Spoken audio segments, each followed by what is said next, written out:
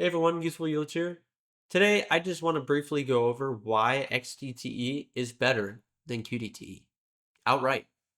Now, a lot of people, and I know there's a lot of people, and I'll get there because the assets under management like Qdte more than Xdte, and I can't blame them, right? I am a yield chaser myself. Obviously, people know this based on my past videos and my current holdings that you guys can see weekly.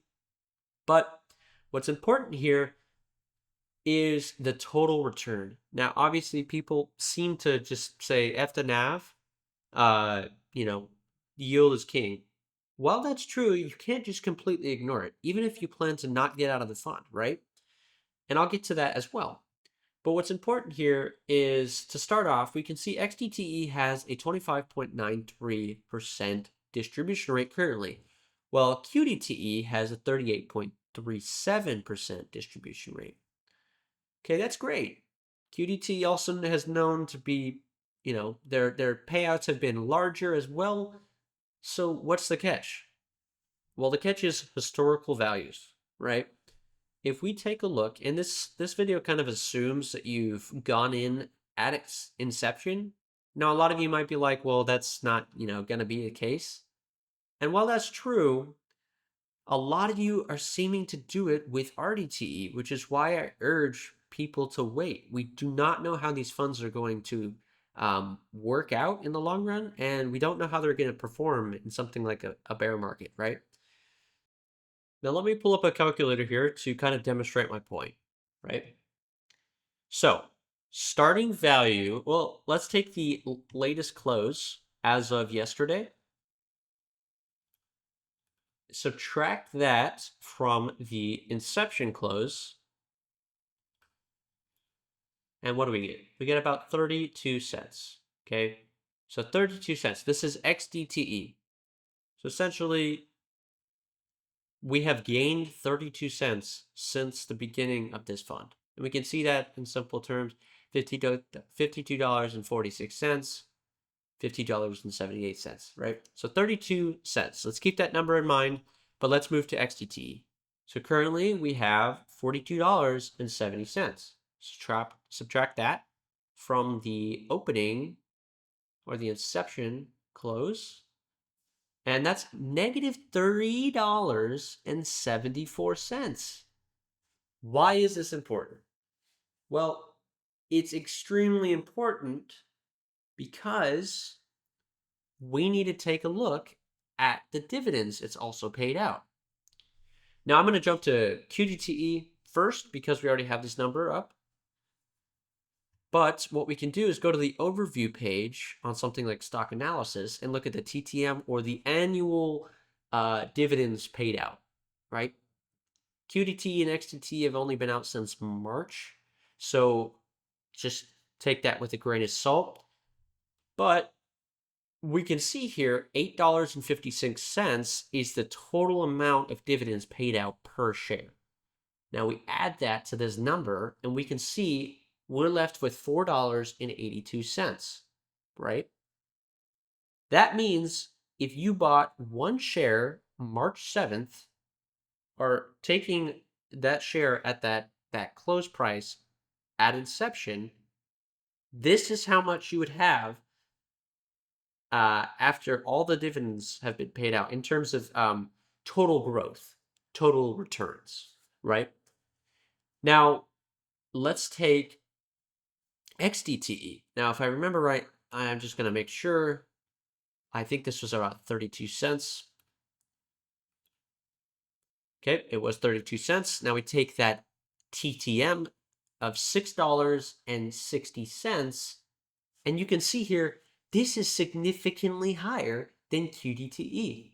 You're keeping more of your money, and that's obviously evident in something like the charts, where you can see here, close this calculator, we have a 1.18% increase on the total return. Sorry, not the total return, but the total capital appreciation.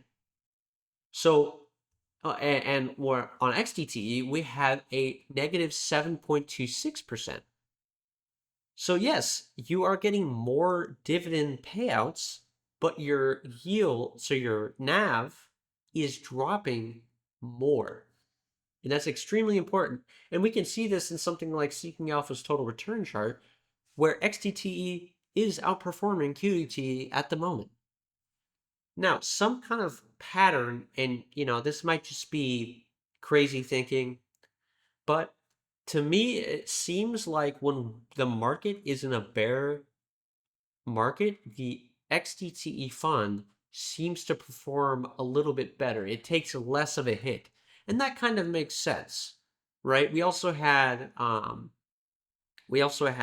earnings for Q2 recently for a lot of big name companies. So this could explain a lot of the drops near August. But you can see here from around June 4th to roughly July 24th, we can see that Qdte is outperforming Xdte. And we can see that kind of ends there, but then as the market drops, Qdte drops significantly more. And then it comes back up. And you can see this last line on the very right side of the chart, I'm not going to put my mouse over there just because it's going to block the view, seems to be curving up a little bit faster on Qdte than Xdte. And again, that makes me believe that maybe during a bull market, a bull run, the Qdte is going to perform better. But in my eyes, it does not matter. What matters is the total return. And we saw there that, again, about $2.5 more per share that you're getting on Xdte. Now, just to reiterate my point, why yield is not king, I will bring in one of the deadliest funds to anyone that likes yield max, which is Alti. Now, Alti currently, I think, has like 110% yield, which is insane, right? But we need to look at the total return. So let's take a look at the number that you're getting, assuming from inception to now, a negative 48% return in capital growth. Okay? Now let's chart that next to Xdte and Qdte on Seeking Alpha here.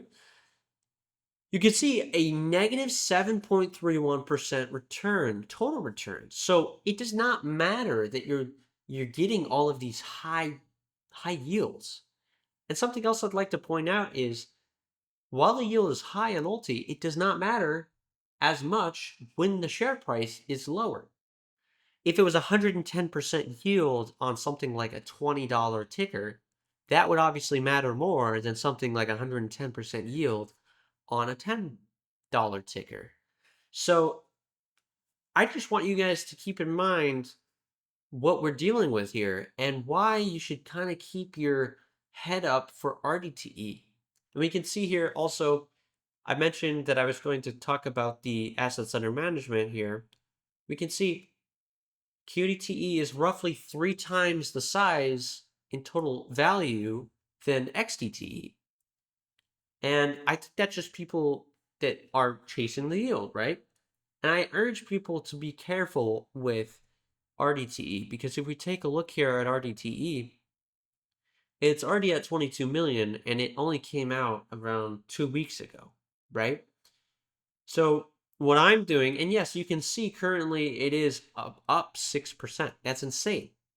But I'm weary. I'm very weary of this fund because we do not know how it's going to perform in different market types.